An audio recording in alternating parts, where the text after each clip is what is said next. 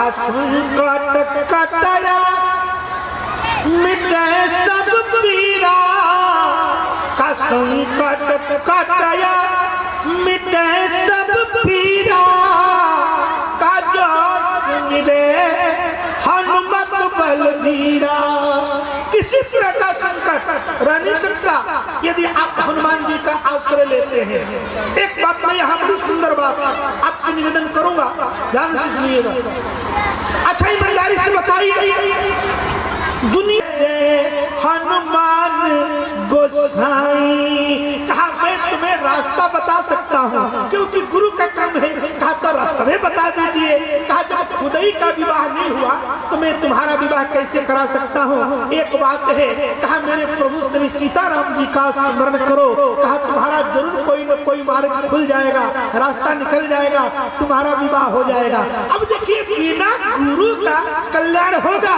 गुरु भगवान हनुमान जी ने मंत्र दिया, अब सीताराम जी का भजन शुरू हो गया। सीताराम जी भी इस भजन से प्रसन्न हो गए, और जब प्रसन्न हो गए तो भगवान प्रभु श्री सीताराम जी ने कहा बोलो क्या चाहते हो।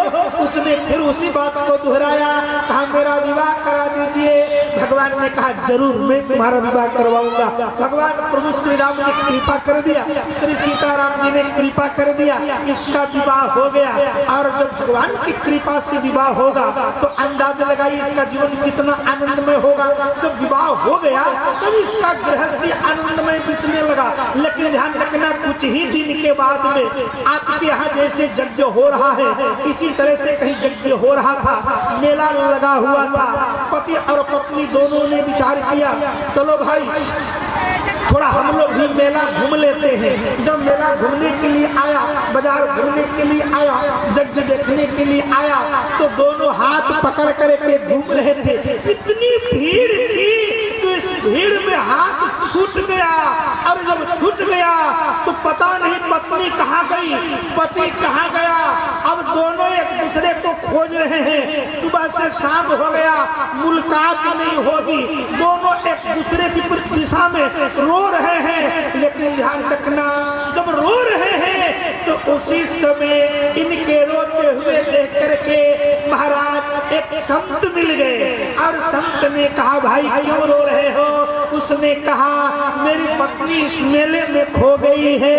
तो संत ने कहा आज इस परमात्मा की कृपा से तुम्हारी पत्नी मिली है, भले आदमी, बगल में उन्हीं का मंदिर है, श्री सीताराम जी का मंदिर है, चले जाओ और जाकर के उनसे प्रार्थना करना हे प्रभु श्री सीताराम जी आपके कृपा से मेरी जोड़ी बनी थी, मेरी शादी हुई थी, बड़ी सुंदर पत्नी मिली थी, इस मेले में खो गई है। जैसे आपने मेरा विवाह कराया आप मेरे पत्नी से मिला दीजिए। बड़ा सुंदर सा लड्डू लेकर के बड़ा सुंदर अनाउंस हो रहा है, अमुक व्यक्ति लड्डू, अमुक व्यक्ति लड्डू, अमुक व्यक्ति। अच्छी बात है, उसने भी लड्डू खरीद लिया और लड्डू खरीद करके श्री सीताराम जी के मंदिर में गया और सामने रख करके हाथ में आंख बंद करके प्रभु श्री राम ने कहा सुनो अब इस समय चातुर्मास शुरू हो रहे हैं, मैं 4 महीने तक चातुर्मास व्रत करूंगा और तब तक तुम बहुत बहुत धन्यवाद हमारे जनेश्वर महतो जी को जो इतना सुंदर भेंट स्वीकार किया, प्रदान किया। एक बड़ी सुंदर बात सुग्रीव ने कहा मेरे प्रभु मैं आपके लिए भगवती सीता की शुरुआत प्रारंभ करूं। कहा नहीं, तुम नए राजा बने हो, वर्षों से तुम्हारी पत्नी तुमसे दूर रही है।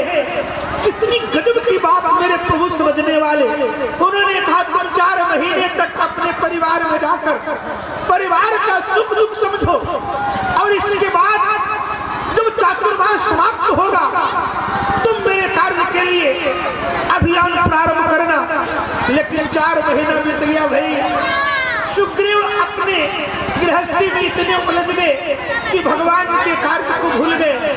ध्यान रखना जीवन में अपनी मानवता और मानवता के सिवाय भगवान के कार्य को कभी मत भूलना, क्योंकि बड़े भाग्य मानुष तन पावा का बड़े न भूल जाओगे। ध्यान रखना परमात्मा के दूर हो जाओगे। इसलिए परमात्मा को कभी भूलने का प्रयास मत करना, याद करो, उधर से दया शुरू हो जाएगी, उधर से परमात्मा की कृपा शुरू हो जाएगी।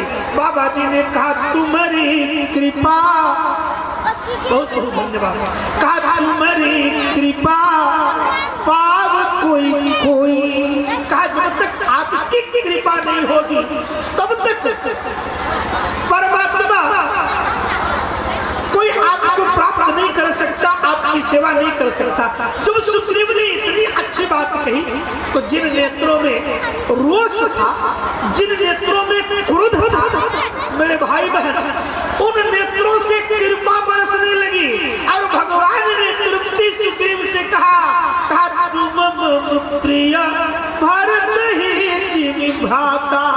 अरे भाई तुम तो मेरे लिए भरत जैसे प्रिय हो, भरत जैसे आदरणीय हो।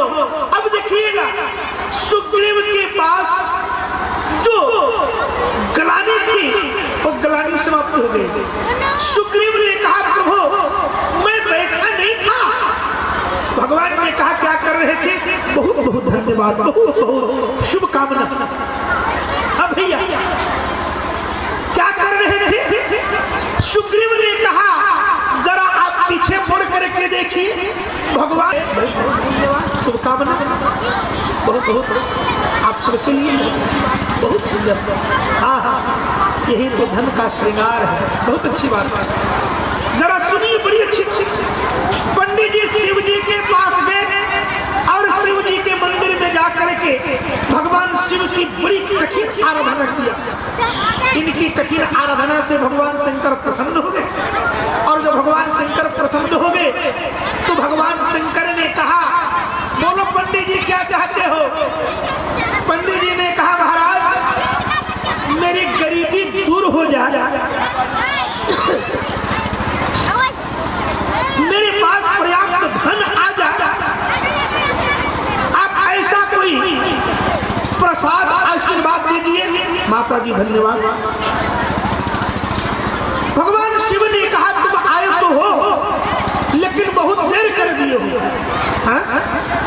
मेरे पास अभी एक शंख बचा है और शंख की विशेषता यह है पंडित जी कि जितना मांगोगे ये शंख तो आपको देगा, लेकिन इस शंख का शर्त यही है जितना मांगोगे उतना देगा, लेकिन आपके पड़ोसी को इसका दुगना मिल जाएगा। पंडित जी तो घबरा गए। पंडित जी ने कहा तपस्या किया हम, इतने दिन तक आप उपवास किया हम, और इतने दिन तक इस मंदिर में कष्ट भोगे हम, और मिलेगा हमारे पड़ोसी को। धन्यवाद बेटिए, दीजिए जो मिल रहा है वो छोड़े। भगवान शंकर ने ले लिया, भगवान शंकर से प्रसाद ले लिया और पंडित जी प्रसाद लेकर के जब घर आए तो पंडितानी तो खुश हो गई थी। पंडित जी बहुत माल लेकर के आए होंगे, लेकिन पंडितानी जब पूछी कि क्या लेकर के आए हो तो पंडित जी ने कहा मत पूछो, बड़ी खतरनाक चीज है। पंडित जी ने कहा पंडित जी ने कहा मत पूछो, बड़ा खतरनाक चीज है। पंडितानी ने कहा क्या लाए हो? कहा छूना मत। पंडित जी ने कहा छूना मत, बहुत खतरनाक चीज है। वो शंख ले जा करके मंदिर के ऊपर मंदिर में रख दिया। जब अब क्या चाहते हो? पंडित जी ने कहा हे शंख महाराज, मेरे मकान के पीछे बड़ा लंबा चौड़ा कुआं बन गया। अब तो इनके घर के पीछे कुआं तैयार हुआ, अब पड़ोसियों के आगे और पीछे दोनों कुआं बन करके तैयार हुआ। अब ईमानदारी से बताइए, पैर है ये नहीं है, आंख है ये नहीं है, आगे जाओगे तो भी कुआं, पीछे जाओगे तो भी कुआं। आप बात समझ गए होंगे। कहा महाराज इस तरह की भावना मत रखो। आज कितनी सुंदर बात है, सुग्रीव ने कितनी अच्छी बात किया। कहा प्रार्थना तो मेरी होगी लेकिन काम मेरे प्रभु श्री राम का होगा। ये उदार भावना है। जिनके मन में ऐसी उदारता आ जाती है, ध्यान रखना उसका काम कभी रुकता नहीं है। लेकिन सबसे बड़ी विचित्रता है, आज लोग देखते हैं कि यदि रास्ता बढ़िया बन गया है और रास्ता बढ़िया हो गया है तो लोग रास्ते पर कांटे बोना शुरू कर देते हैं। नाना भैया, ऐसा काम कभी मत करो, ऐसी गलती कभी मत करो। एक इंसान के काम आवे, एक मानव के काम में आवे, ऐसा कोई काम करो, जीवन धन्य हो जाएगा। बड़ा सुंदर एक प्यारा सा भजन आ गया, इजाजत हो तो केवल एक कड़ी सुना देता हूँ। बहुत प्यारा भजन है, आप गाते होगे का कितना प्यारा भजन है। भला किसी का कर न सकूं तो, बड़ा प्यारा भजन, भला किसी का कर न सकूं तो बुरा किसी का मत करना, अपने जीवन में उतारना। भला किसी का कर न सकूं तो अरे बुरा किसी का मत करना, उस पर नहीं बन सकते तो तुम कांटे बनकर मत रहना, उस पर नहीं बन सकते तो कांटे बनकर मत रहना, उस पर नहीं बन सकते तो कांटे बनकर मत रहना, उस पर नहीं बन सकते हो कांटे बनकर मत रहना। किसी का कर न सको तो बुरा किसी का मत करना, भला किसी का कर न सको तो बुरा किसी का मत करना, उस पर नहीं बन सकते तो कांटे बनकर मत रहना, उस पर नहीं बन सकते हो तो कांटे बनकर मत रहना, उस पर नहीं बन सकते तो तुम कांटे बनकर मत रहना, उस पर नहीं बन सकते हो कांटे बनकर मत रहना। आगे की कड़ी बड़ी कमाल की है। बन न सको भगवान अगर तुम कम से कम इंसान बनो, बन न सको भगवान अगर तुम कम से कम इंसान बनो। भगवान बनना साधारण सी बात है क्या? आज तो भगवान जो अपने मुंह कहने वाले थे और कहते थे मैं भगवान हूँ धन्यवाद, आज वो जेल में पड़े हैं। जरा कमाल की बात देखिए, जो अपने को भगवान कहते हैं कि मैं भगवान हूँ, आज स्थिति क्या है कि बेड पर पड़े हैं अस्पताल के और करा रहे हैं, आज जेल में पड़े हैं, जेल में छटपटा रहे हैं। भगवान बनना कोई साधारण सी बात नहीं है। भगवान नहीं बन सकते तो मेरे भाई कम से कम इंसान बन करके तो जियो। कितनी सुंदर बात है, जरा सुनिए।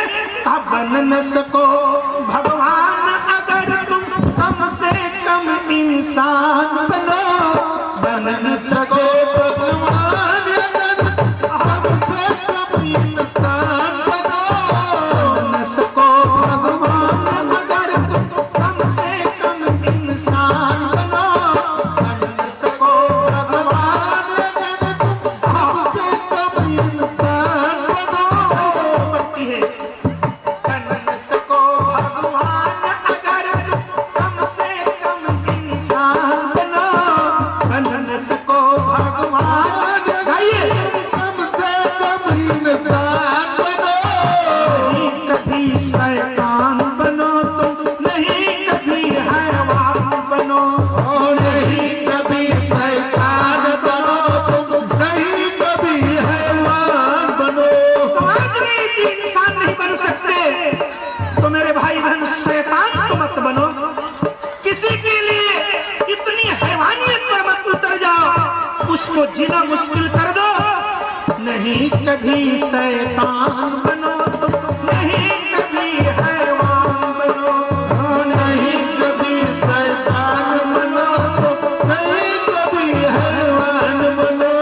सदाचार अपना न सको तो बड़ी सुंदर बात। सदाचार अपना न सको तो पापों में पग मत धरना, सदा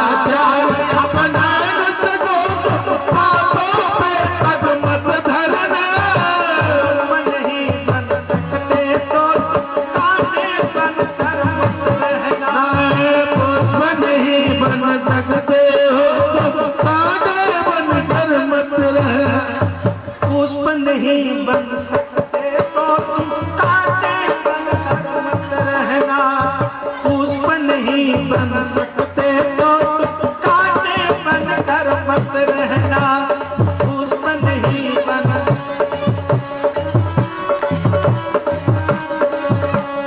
भला किसी का कर न सको तो बुरा किसी का मत करना। भला किसी का कर न सको तो बुरा किसी का। पुष्प नहीं बन सकते तो है।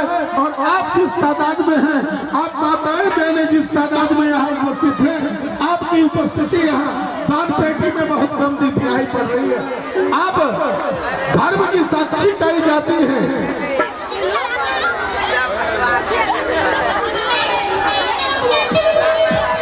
इसलिए आप जिनसे जो बन पड़े, आप संकोच नहीं करें।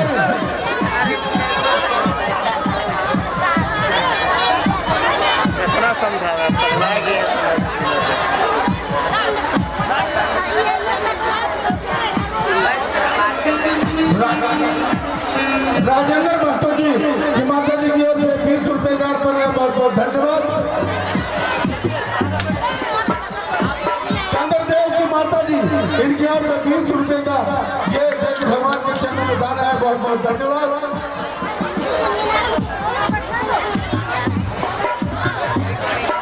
हाँ बताइए। नीतीश कुमार की ओर से 11 रुपए का अर्पण है। बहुत बहुत धन्यवाद। एक लाल पासी खाजा को इनकी ओर से 20 रुपए का ये दान आया है। बहुत बहुत धन्यवाद। आकाश कुमार की ओर से 10 रुपए, प्रिंसी कुमारी की ओर से 11 रुपए।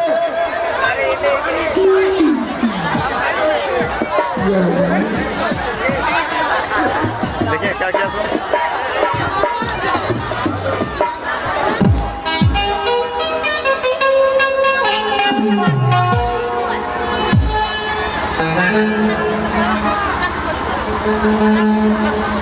आपके समक्ष मंचस्थ होती हुई जिनका माल्यार्पण किया गया परम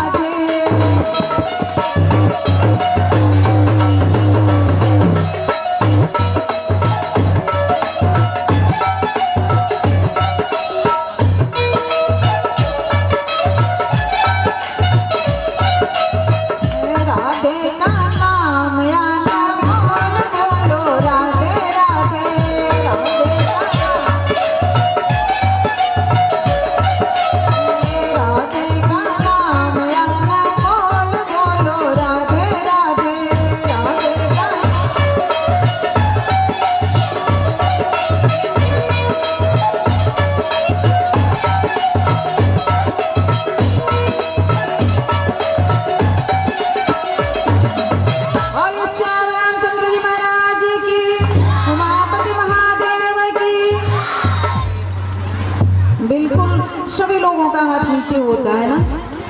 भगवान की जयकारा में कंजूसी कैसी? भगवान के नाम का जयकारा में कंजूसी नहीं करें। हमको देख के नहीं लगता कि चितरना ग्राम के लोग कंजूस हैं, ऐसा नहीं लगता है, क्योंकि इतनी सुंदर आपने पंडाल को बनाया है, इतना सुंदर मंदिर को बनाया है, इतनी सुंदर यज्ञशाला आपने बनाया है। ये नाम था महासजीवन बूटी। गौर करेंगे आप लोग इस बात पे। महासजीवन बूटी नाम क्या था सतयुग में? महासजीवन बूटी।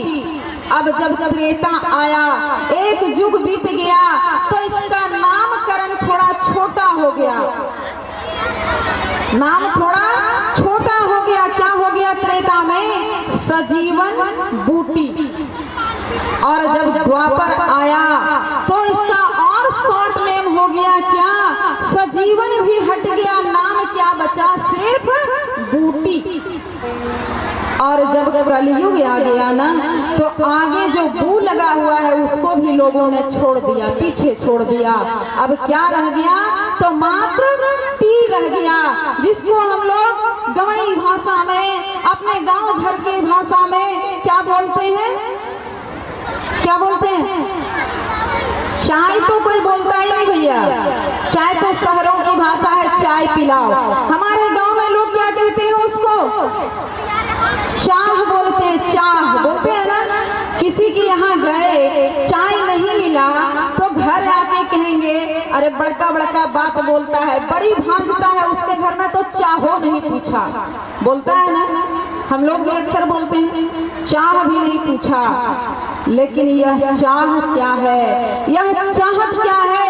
यह चाह हमें कहाँ ले जाती है? एक संत ने बड़ा सुंदर व्याख्या किया है इस चाह को, कि चाह पैसों से आनों में आती रही, चाह पैसों से आनों में आती रही, चाह आनों से रुपया बनाती रही, चाह रुपया से नोट बनाती रही, चाह नोटों से कोठी बनाती रही, चाह कोठी में मोटर मंगाती रही, चाह मोटर से होटल में जाती रही, चाह होटल में बोतल खुलाती रही, चाह क्या क्या न करती कराती रही, चाह पाली जिन्होंने वे पीले हुए, चाह छोड़ी जिन्होंने रसीले हुए, चाह उनकी हमें हरदम चाहिए, और यदि वह हमें चाहे तो फिर क्या चाहिए?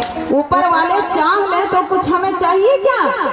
चाह गई चिंता गई, मनवा बेपरवाह, और जिसको कुछ नहीं चाहिए वही है शहंशाह। आज के जमाने में जो आदमी आपको ये कहता हुआ नजर आ जाए, भगवान ने हमें सब कुछ दिया, हमें क्या चाहिए? हमें जीवन में किसी चीज की कमी नहीं है, समझ लीजिए उससे बड़ा सुखी कोई है ही नहीं। लेकिन यह चाहत इतनी खराब है, यह चाहत इतनी खराब है कि यदि हाथ में आना आया, पैसा आया, पहले के लोग जानते हैं, पहले दमड़ी चला करता था, कौड़ी चला करता था, और उसके अनुसार कहावत बना क्या कि चमड़ी जाए तो जाए लेकिन दमड़ी नहीं जाए, क्योंकि दमड़ी किसी जमाने में चला करता था, है ना। उसके बाद कौड़ी चलने लगा, लोग कहने लगे फूटी कौड़ी की औकात नहीं, बात करे बड़ा बड़ा, तो कभी कौड़ी भी चला। उसके बाद आया पैसा का जमाना, 1 पैसा 2 पैसा और 6 पैसा जब मिल जाए तो एक आना बन जाता था।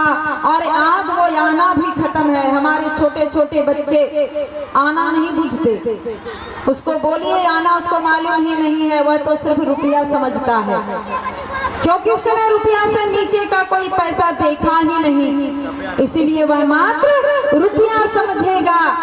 और जब वहां से चाहत बढ़ी, जब रुपया हो गया तो क्या हुआ, नोट आने लगे। और जब नोट आने लगा, नोटों की गट्टी हो गई, तो फिर खपड़े घर में मन लगेगा क्या? खपड़े के घर में मन लगेगा? मिट्टी के घर में मन लगेगा? नहीं। कौन इतना मिट्टी पानी करेगा? कौन रोज गोबर से लीपेगा? तो क्या करना है भैया, तो 2 तल्ला मकान बनाते हैं, टाइल्स लगवाते हैं, मार्बल लगाते हैं। अब गोबर वाले घर में नहीं चलेंगे, हाथ भी महकेगा गोबर से लीपेंगे तो।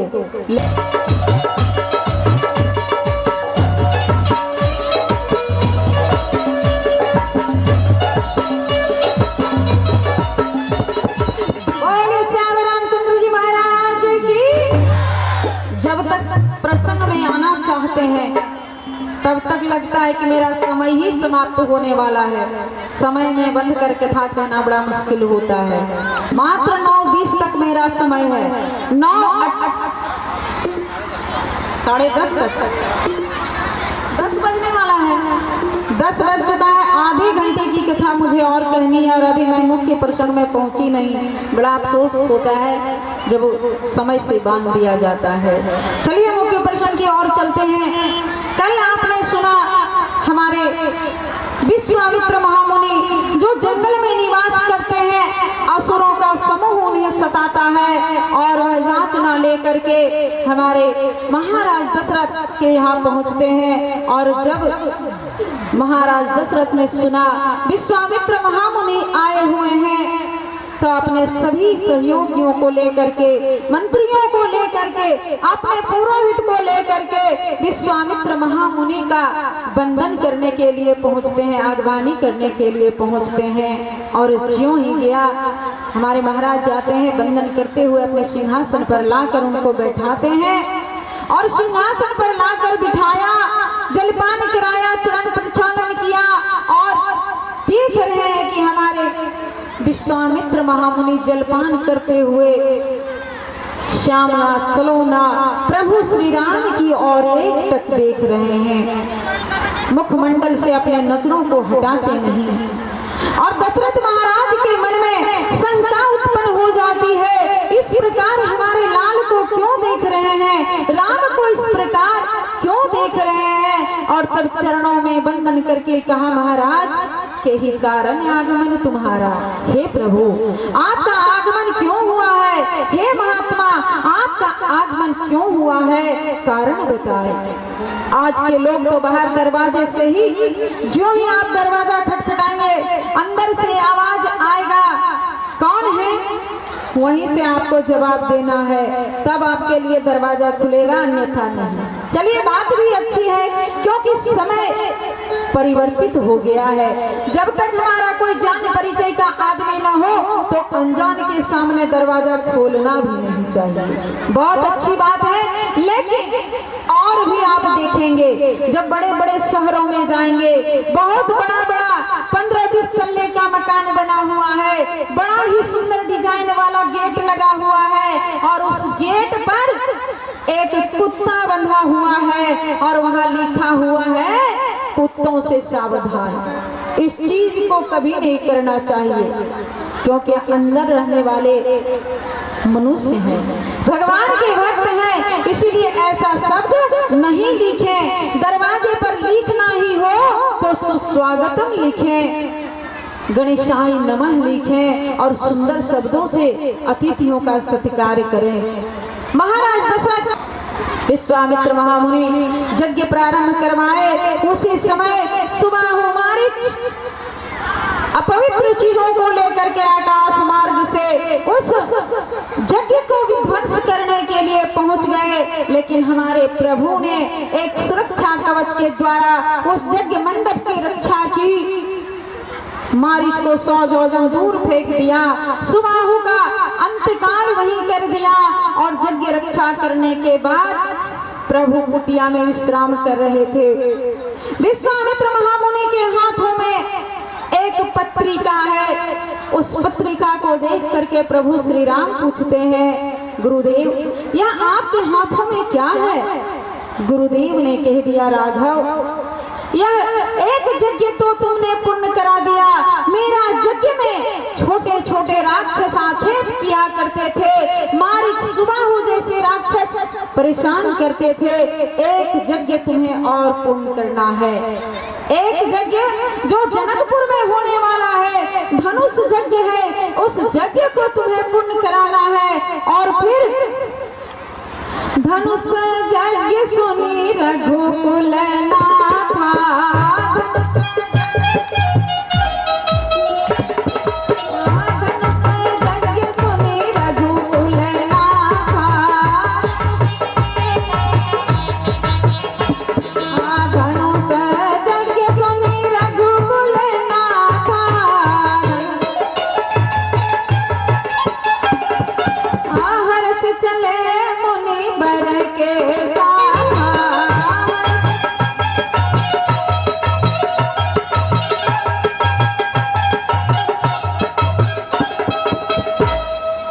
यज्ञ सुनी रघुकुल नाथा, हर्ष चले मुनिवर के साथ, हर्ष के साथ प्रस्थान करते हैं, जनकपुरी की ओर बढ़ते हैं। आगे आगे विश्वामित्र महामुनि, उनके पीछे प्रभु श्री राम और उनके पीछे भैया लखन चले जा रहे हैं। कुछ ही दूरी गए और देखा एक बड़ा ही सुनसान, एक बड़ा ही वीराना जगह है।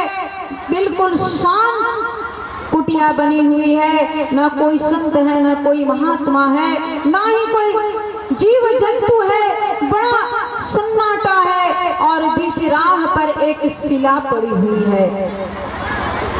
विश्वामित्र महामुनि आगे बढ़े, पीछे से हमारे प्रभु श्री राम ने आवाज लगाया, गुरुदेव गुरुदेव जरा ठहर जाइए। राघव ने कहा, गुरुदेव जरा ठहर जाइए। गुरुदेव ने कहा, राघव क्या बात है? और तब हमारे राघव ने कह दिया, गुरुदेव इतना सन्नाटा और इस बीच राह में पड़ी हुई आकृति, यह शिला कैसी है? गुरुदेव ने राघव से कहा, राघव इस शिला को तो कोई देखता ही नहीं, इस शिला को तो आज तक किसी ने नहीं देखा, तुमने कैसे देख लिया? हमारे राघव कहते हैं, गुरुदेव मेरा स्वभाव ही ऐसा है, मेरा स्वभाव ही ऐसा है, जिसे किसी ने नहीं देखा, जिसको कोई नहीं देखता, उसे मैं देख लेता हूँ। आप हमें बताएं गुरुदेव यह शिला कैसी है, यह कौन है? और तब हमारे गुरुदेव ने कह दिया कि गौतम नारी श्राप वसम उपल देह धरि भी, चरण कमल रज चाहती, कृपा करो रघुवीर। हे रघुवीर, यह गौतम की नारी है, इनसे कुछ अवज्ञा हो गया और इनके पतिदेव ने इन्हें श्राप दे दिया। थोड़ा सा अपने नियम से हट गई, इसीलिए इनको श्राप का भागीदार बनना पड़ा और यह शिला बन गए। सूची संयम हीन भाई यही ते पति त्याग गए, पछतावत है करनी बिगड़ी, करनी की कछु बिगड़ी, करनी को सुधारत है मगमाही राजेश पड़ी प्रभु की पद पंकज की रज चाहती है, मगमाही राजेश पड़ी प्रभु की पद पंकज की रज चाहती है। थोड़ा सा नियम से चूक गई और पतिदेव का श्राप का भागीदार बनना पड़ा। पतिदेव ने इन्हें छोड़ दिया, इन्हें श्राप दे दिया, जा तू शिला हो जा। और जब शिला होने का श्राप दिया तो मैया अहिल्या बंदन हो गई, मेरा उद्धार कैसे होगा बताइए। और तब दयालु संत ने, गौतम ऋषि ने कह दिया कि जब त्रेता युग होगा, प्रभु राम का अवतार होगा, उनके चरणों के रज से तुम्हारा उद्धार होगा। हे राघव आगे बढ़ो, हे राघव आगे बढ़ो, अहिल्या का उद्धार करो। राघव ने कहा गुरुदेव मैं उद्धार क्या करूंगा, लेकिन सोचता हूँ एक ऋण चुकता कर दूं, एक ऋण चुकता कर दूं। उस विश्वामित्र महामुनि ने कहा राघव ऋण तो उसे कहते हैं जो किसी से लिया जाता है उसे पुनः वापस किया जाता है। तुम्हारा भी किसी से लेना देना चलता है क्या? तुम किसी से लेते हो, किसी को देते हो क्या? राघव ने कहा हाँ गुरुदेव मेरा भी लेना देना चलता है। किससे चलता है? कहा भक्तों से चलता है। अच्छा कब लिया, कब दिया, किससे लिया, किसको दिया? हमारे भगवान कहते हैं हमने गोपियों का चीर चुरा लिया, हमने द्रौपदी को बढ़ा दिया। अच्छा द्रौपदी को बढ़ा दिया, द्रौपदी ने कभी कुछ दिया था क्या? तुम तो कहते हो मेरा लेना देना चलता है, ऋण चुकता करता हो, तो बताओ द्रौपदी ने तुम्हें कभी कुछ दिया जो तुमने उतना वस्त्र दे दिया? राघव ने कहा हाँ चलता है ना, द्रौपदी महारानी ने हमें एक बार दिया क्या? कहा कि जब मैं बीच सभा में बैठा था, कृष्णा अवतार में अपनी सभा में बैठा था, मेरी उंगली चिर गई और मेरी उंगली से खून रिसने लगी। उस सभा में सारी रानियां बैठी हुई थी, द्रौपदी भी बैठी हुई थी, हमारी सत्यभामा रुक्मिणी आदि पटरानियां भी बैठी हुई थी। और जब मेरी उंगली चिर गई और खून निकलने लगा, रक्त निकलने लगा, तो शोक सत्यभामा कियो और रुक्मिणी रोए धाय। बांधन को पट खोजती पटरानी अकुलाए। पटरानियां अकुलाने लगी, दौड़ने लगी, अरे कोई तो थोड़ा सा वस्त्र दो, कोई तो अपना चीर दो जिससे मैं प्रभु के उंगली पे लपेट दूं, जिससे रक्त निकलना बंद हो जाए। और उसी सभा में महारानी द्रौपदी थी। महारानी द्रौपदी ने इधर उधर देखे बिना, समय गवाए बिना अपने साड़ी को फाड़ डाला और कन्हैया के उंगली पे लपेट दिया, खून बहना बंद हो गया। कन्हैया ने पूछा अरे बहना, अरे इतनी भी बड़ी बात नहीं हो गई थी, थोड़ी सी उंगली चिर गई थी, थोड़ा सा रक्त निकल रहा था, तुमने अपने सुहाग की निशानी इस साड़ी को क्यों फाड़ दिया? द्रौपदी महारानी ने जो कहा हमारे कन्हैया सुनकर गदगद हो गए, प्रसन्न हो गए। कहती है भैया मैंने चीर को नहीं फाड़ा, मैंने अपने वस्त्र को नहीं फाड़ा भैया, मैंने अपने आंचल को नहीं फाड़ा। कहा तो कहा कि मैंने नहीं फाड़ा चीर, पीड़ देख कर अधीर, धागे सोमनाथ चीर छोड़ धार में है। धागे वो या भागे जो बढ़े नहीं आगे, और सौभाग्य वो न के जागे जो उंगली पे लागे हैं।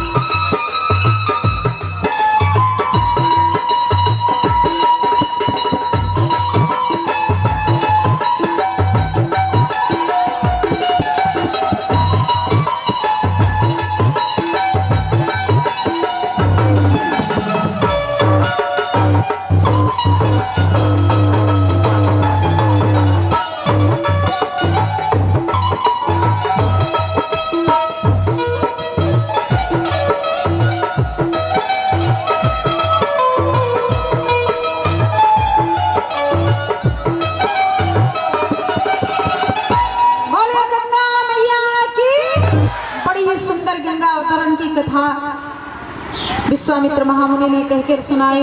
प्रभु श्री राम ने स्नान किया, दान किया, उसके बाद वहां से को बंद कर लेंगे ताकि कि इस जेल से यह कभी रिहा ही ना हो पाए, ऐसा हम कर देंगे। और फिर बड़े सुंदर गोस्वामी जी कहते हैं कि सखियों ने सुमन की वृष्टि की है, सुंदर सा मन को बरसाया है, फूलों की बारिश की है और भगवान को संकेत दिया, हे प्रभु जिसे आप यहाँ ढूंढने आए हो आपको यहाँ नहीं मिलने वाले हैं, आपको कल प्रातः बगिया में आ जाइएगा, आपको उनका दर्शन मिल जाएगा। इस प्रकार इशारा पा करके हमारे प्रभु महल की ओर प्रस्थान किए, रात्रि विश्राम किए और अब हम भी अपनी कथा को विश्राम देंगे, क्योंकि हमारे गुरु भाई बाल व्यास रंजीत शास्त्री जी पधार चुके हैं और बड़े ही सुंदर आप सबों के बीच में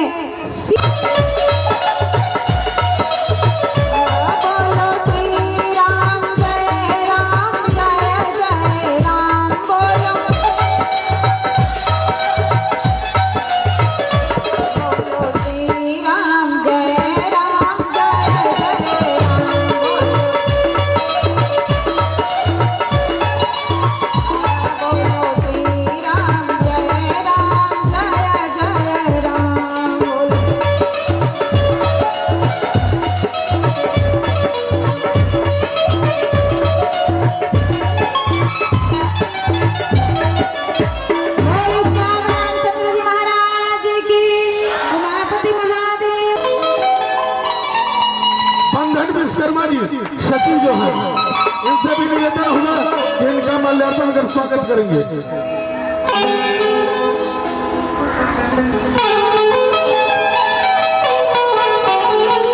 तैयारी में ही समय लगा, लेकिन अब तो शादी विवाह भी पूरा बाकी है बाबा का, और भोले बाबा बनाए गए हैं बड़े दिव्य सुंदर, एक से एक बाबा लोग पधारेंगे, फिर आप लोगों को भूत बैताल का दर्शन होगा।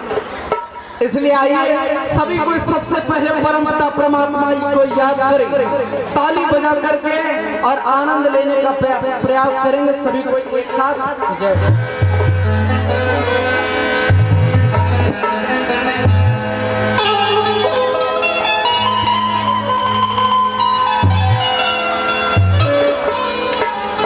आइना, अरे कहीं नारा गूंजेगा,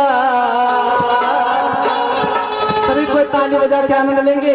मेरे भारत का बच्चा बच्चा जय जय श्री राम बोलेगा, मेरे भारत का बच्चा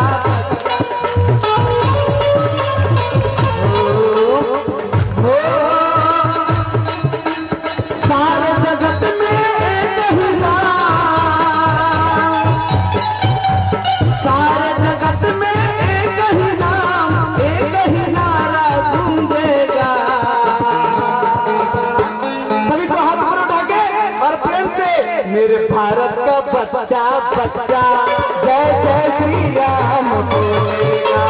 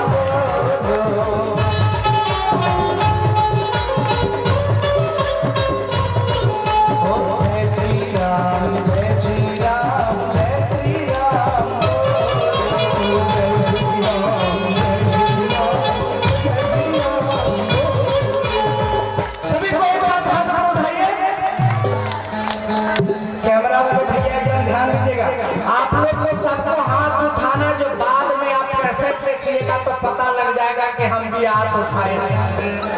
सभी को एक साथ, तो क्या एक साथ हो, सारे जगत में एक ही राम, सारे जगत में एक ही राम, एक ही राम ढूंढेगा।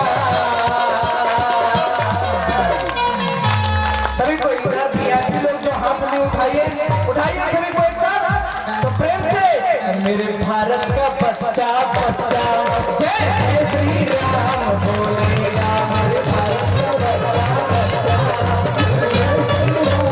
बोलेगा। मेरे भारत का बच्चा बच्चा जय जय श्री राम बोलेगा। मेरे भारत का बच्चा बच्चा जय जय श्री राम बोलेगा। बोल भक्तवत्सल भगवान की। काम नहीं चलने वाला है, बल लगाइए मन क्रम वचन से बंधुओं। प्रिय संसमान में व सर्वम मम देवा देवा, कि जो हो सो चपलवे हो। कहने का अभिप्राय भगवान की कथा में कभी भी आ जाए तो ठाकुर जी की कथा में ही मन लगाना है, क्योंकि 4 दिन की जिंदगी में कब ये सांस छूट जाए, कब ये डिबिया का तेल खत्म हो जाएगा, उसकी कोई भी गारंटी नहीं है।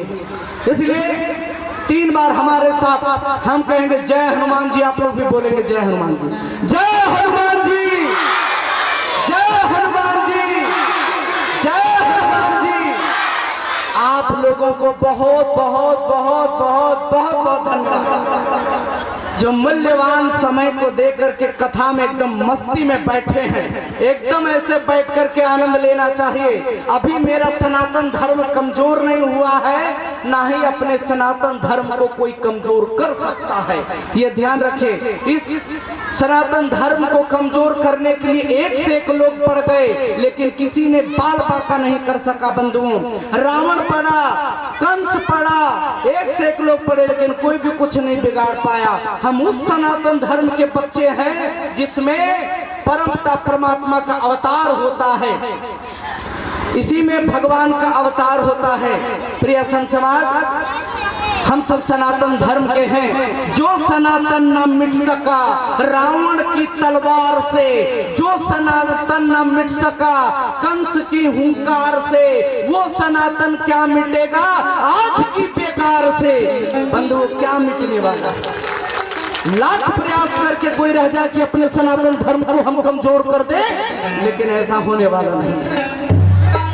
प्रिय संत समाज, विवेकानंद जी गए अमेरिका, तो जब अमेरिका गए तो वहां पर अंग्रेज लोग आए, मिले, कहे कि आप भारत के बहुत बड़े विद्वान हैं, रत्न हैं, और आप कोई भी शब्द दिया जाए तो उस पर आप बहुत देर तक बोल सकते हैं, आपका अंदाजा बहुत अच्छा है, आप बड़े अच्छे विद्वान हैं, आपसे एक अनुरोध होगा।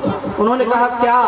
कि एक प्रश्न आपसे करना चाहते हैं कि भगवान का अवतार बार बार भारत में ही क्यों होगा, ये बताइए।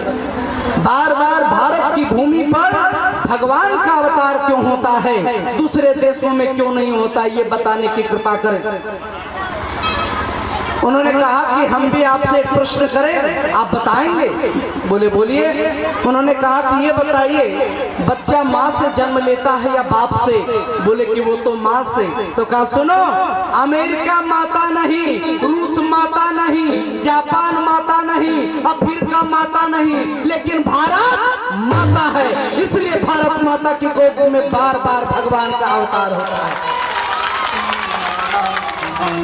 प्रेम से बोले भारत माता की। तो हम भारत माता के चरणों में हैं।